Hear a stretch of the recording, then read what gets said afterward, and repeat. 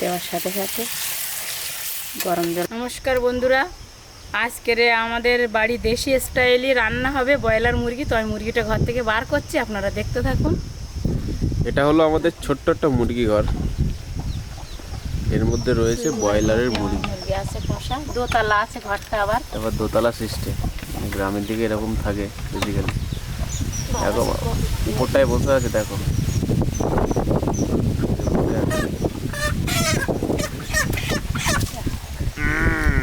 এই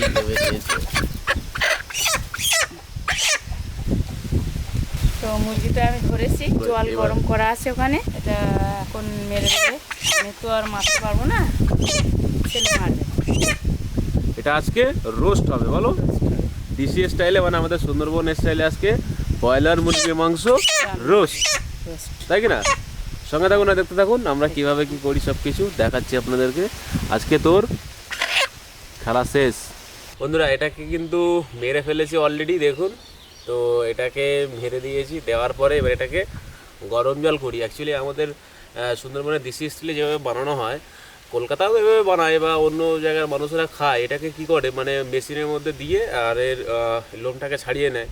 তো আমরা কি করেছি, এখানে গরম জল করে নিয়েছি, মানে কড়াইতে করে। তো এটাই গরম জল করে এই লোমটাকে ছাড়াবো।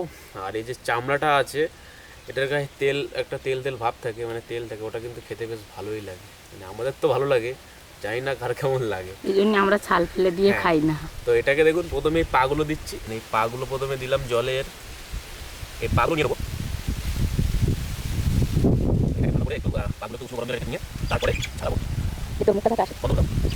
বন্ধুরা মুরগিটাকে কিন্তু পুরো ছাড়িয়ে নিয়েছি, দেখুন। মানে আর কি, এটা ব্রয়লারের, পোলট্রি ব্রয়লার, তো ছাড়িয়ে নিয়েছি। এবার মানে এর লোমটাকে ছাড়িয়েছি। তো এটাকে কাটবো, ঠিক আছে? এটাকে পিস পিস করব, দেশি স্টাইলে কাটবো, মানে হচ্ছে ছোটো সাইজের পিস করব। আর যারা আর কি কলকাতার দিকে রান্না করে তারা বেশ বড় বড় সাইজের পিস করে, কিন্তু আমরা যে পিসগুলো করব ছোট ছোট সাইজের করব। আর আমরা ছালটাও ফেলবো না, ছালটাকেও ফেলবো না। আমাদের এই যে কলা পাতা পেতে নেওয়া হয়েছে, আমাদের গ্রামে এরকম ভাবে আমরা কলা পাতা পেতে নিই। ওই এটা দাও না, ঠিক আছে। এটাকে উইংস বলে, উইংস বাংলায় বলে পাখনা। এটা হলো লেগ পিস।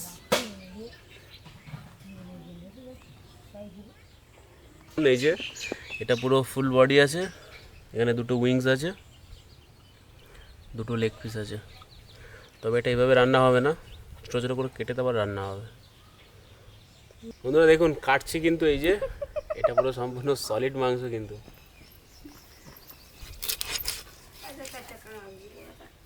এই দেখুন পুরো একদম চকচকে, বেশ ভালোই আর কি পিসগুলো হচ্ছে। অল্প দু 10 পিস রেখে দেওয়ান, পকোড়া খাচ্ছে এসে দিদি। এটা কি পকোড়া পিস করব? ছোট ছোট করে কটা কর। আর এদিকে দেখো আমাদের বাড়ি মাম্পি এসছে, মাম্পি বেড়াতে এসছে। মাম্পি বেড়াতে এসছে, কিন্তু মাম্পি বলছে পোলট্রি ছোট, আমার দেখে পছন্দ হয়নি। হ্যাঁ, ওইটুকুনি পোলট্রি খাই না, এই এত বড় মুরগি দাও বলে, বড় হলে ভালো হতো। আমরা গরিব মানুষ, বুঝলি তো, এইসবই খেয়ে বেঁচে থাকি। কাটাকুটি হয়ে গেছে, আর যেটা সলিড চিকেন বেরিয়েছে এতটাই এখানে আছে। আর এখানে এটা পুরো একদম সলিড চিকেন, এটা দিয়ে পকোড়া হবে। পকোড়া করার একটা ইচ্ছা আছে, তো সেই জন্যে এটাতেই আর কি পকোড়া করা হবে, আর এটা রান্না হবে। এই দেখো দিদিমা এক্ষুনি আলু কেটেছে। ওই দিদিমা আলু কেটেছো? আলু কাটছে। আর কি কাটছে এখন? লেবু কাটছে। লেবু কিসে দেবে? লেবু মাংস দেবে। কাটো, ঠিক আছে। আর আমি কি বলবো, তো গ্রামের স্টাইলে লেবু কাটছে, পুরো মাঝখান থেকে দুফালি করে দিয়েছে। বাহ বাহ, অসাধারণ। এবারে দিদিমা একটু মাংসই কারুকার্য করবে, তাই তো? না মাংস কাটতে পারো তুমি? কাটতেছে, কাটতেছি, দেখো এই সুন্দর কাটা দিবি। কিন্তু সে মাংস কাটছে পেঁয়াজ কাটার মতো। হাত দেখি আমরা ধরেছে, ছালটাইতে দাও।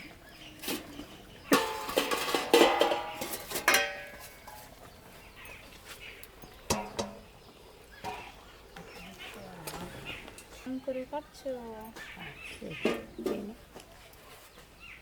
বড় বড় হয়ে যাচ্ছে, ছোট বড়। তোমার নাম কি? দিদিমা আজকে আমাদের বাড়িতে মাংস আসছে, সবাই মিলে খাওয়া হবে। বন্ধুরা তোমরাও তোমরা এসো, সবাই মিলে একসঙ্গে খাবো। সবাই মিলে একসঙ্গে খাবো। আর এদিকে একটা তরকারি হয়েও গেল। আর একটা কি তরকারি হচ্ছে গো? এটা আমাদের গাছের দানা কলা শুক্তো রান্না করেছি। দানা কলার গাছের কলা খেতেই মজা আলাদা। দানা কলা শুক্তো আর চিকেন, তাই তো? আর দিদিমা তুমি এটা কি করছো? বোতল পয়সা করছি কি দিয়েছো ওর মধ্যে? লেবু দিয়ে। লেবু দিয়ে এরকম করলে পরিষ্কার হয়ে যাবে না?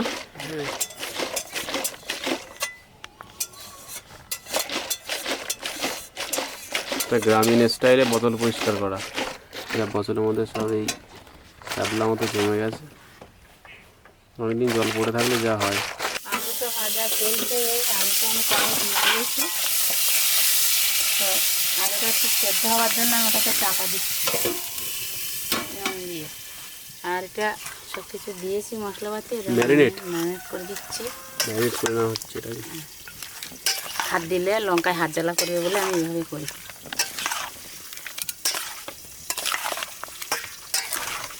আর এটা আমার মা বয়স্ক মানুষ, একটু পকোড়া খেতে চেয়েছে বলে বিকালবেলা এটা দিদিমার জন্য স্পেশালি চিকেন পকোড়া। পকোড়া করে দেবো, তাই কষে রেখে দিচ্ছি রাতে।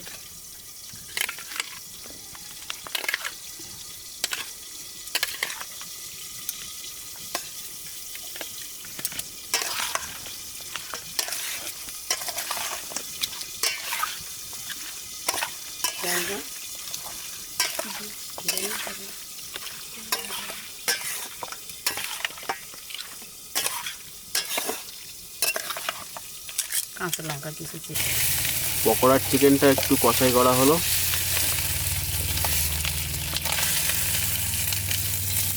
এই সুন্দর কালার এসছে কিন্তু এটা।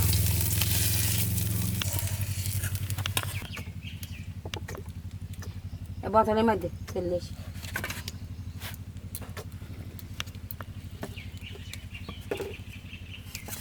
পেঁয়াজ এখন আবার ফেলে দিস, কমিয়ে গেছে না।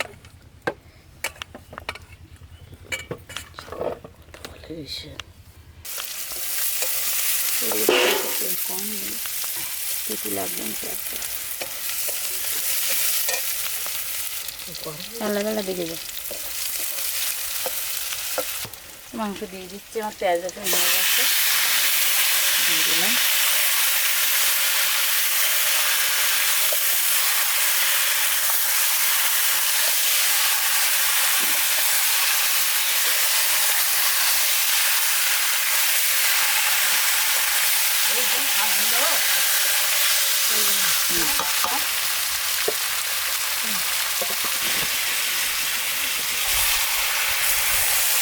ওটা 2-4 মিনিট পরে হাত দিলে মনে হয় কিচ্ছু হতো না। হাঁস চলে এসছে। আয় আয় আয় হাঁস আয়। ও তোমার ডাকো, দিদিমা ডাকো। ওই যে শুনতে পেয়েছে সব, চলে আসছে এদিকে। বিড়ালও চলে আসছে। টি টি টি। তোমায় দেখো হাঁস চলে এসছে। তো বন্ধুরা, আমাদের মাংস রান্না হচ্ছে আমাদের দেশি স্টাইলই। দেখুন এই কষাই করছি। আর আমরা বেশিরভাগই তো গ্রামের বাড়িতে কাঠের জালেই করি। কাঠের জলের রান্নাটা আমাদের খেতে খুব টেস্ট হয়। আর কাঠের জালে রেঁধে রেঁধে এমন হয়ে গেছে যেন গ্যাসের জালের রান্না আমরা স্বাদ পাই না। আর মনে হয় যেন ভাত তরকারি আমাদের ফুটছে না বলে মনে হয়। কাঠের জালটা দাও দাও খুব জলে।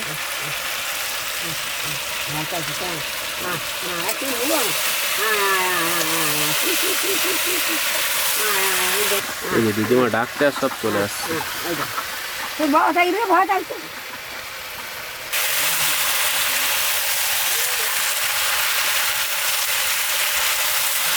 অতিরিক্ত বেশি কথাই করবো না, ঠিক আছে?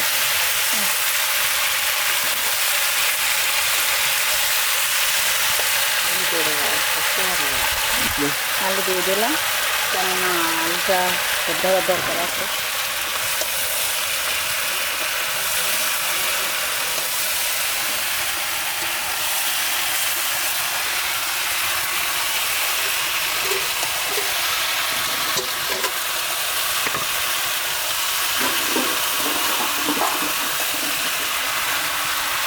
তো তো কালকেও আমাদের বাড়িতে মাংস হয়েছিল, রবিবার ছিল বলে। তো কালকের থেকে আজকের মুরগিটা যেন বেশ ভালো, তেল তেল ছাড়ছে। কালকের মুরগিটা যেন অতটা একটা ভালো ছিল না। তো তুমি দেখো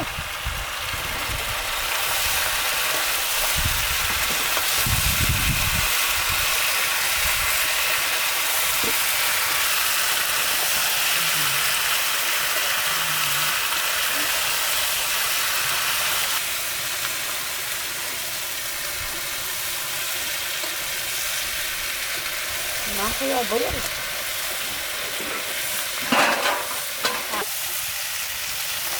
বন্ধুরা, আমার কষা ফ্রাই হয়ে এসছে। তো হয়ে এসছে কি হয়ে গেছে, আমি ওই গরম জল বসিয়েছি, গরম জলে ঝোল দিচ্ছি। দেখুন,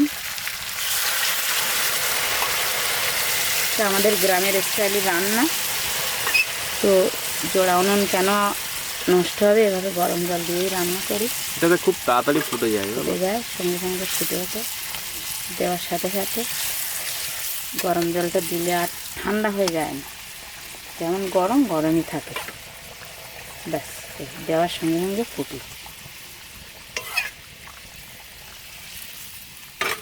বাস, এটাকে 20 মিনিট মতো রাখতে হবে, 10-20 মিনিট ফুটবে। ওটার পরে এটাকে লাগানো হবে। দেখুন, ফুটে উঠতে টাইম লাগলো না, এই জন্য গরম জলটা দেওয়া। তার মধ্যে আগুন পুরো গনগনে আগুন।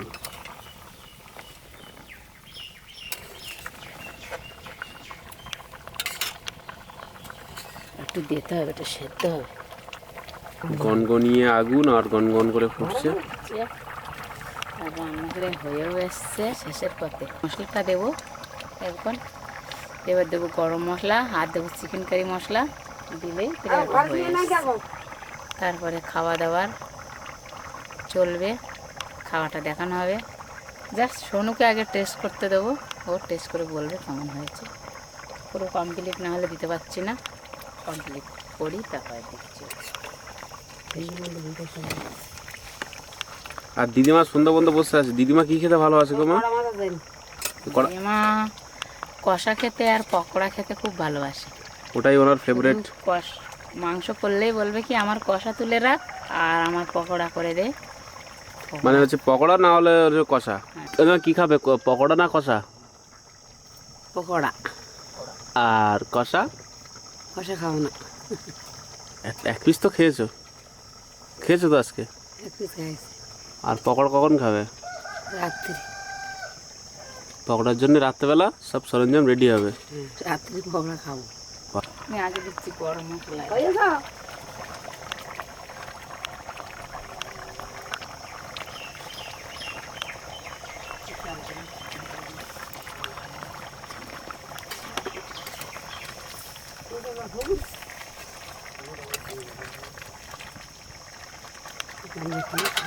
এবার দেবো আমি চিকেন কারি মশলা। কি দিচ্ছ? চিকেন কারি মশলা, চিকেন কারি মশলা এটা দেবো, বেশ কালারটা সুন্দর আসবে।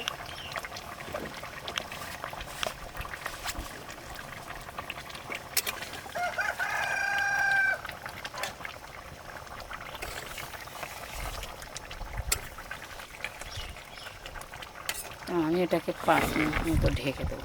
5 মিনিট এটাকে ঢেকে দিলাম। মশলাটা একটা বেশ ভেতরে ঢুকে যাবে মাংসর। তারপর ওটা খুলবো, খুলে তো আমি এটা খুলে দিলাম। দেখুন ঝোলটা বেশ এরকম হয়েছে।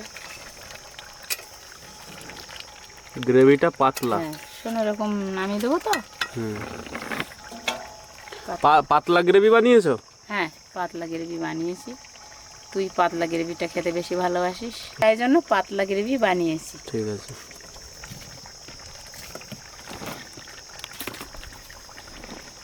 তো আমি একবার নুনটা চেখে দেখি। দিদিমা বসে আছে, যাবে স্নান করতে, তাই তো? রান্না হয়ে গেলে কড়াইটা মাজবে, মেজে চান করে বলে বসে আছে। আর তারপরে খাওয়া দাওয়া। এবার খাওয়া দাওয়া করবে। বলো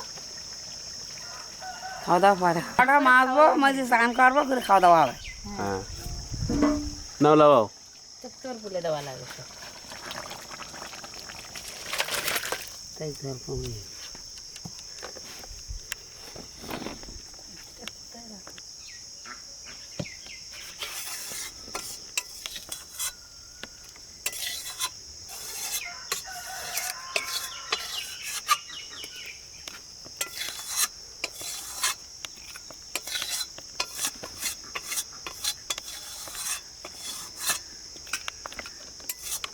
এখন কড়াই কিন্তু জ্বালা খুব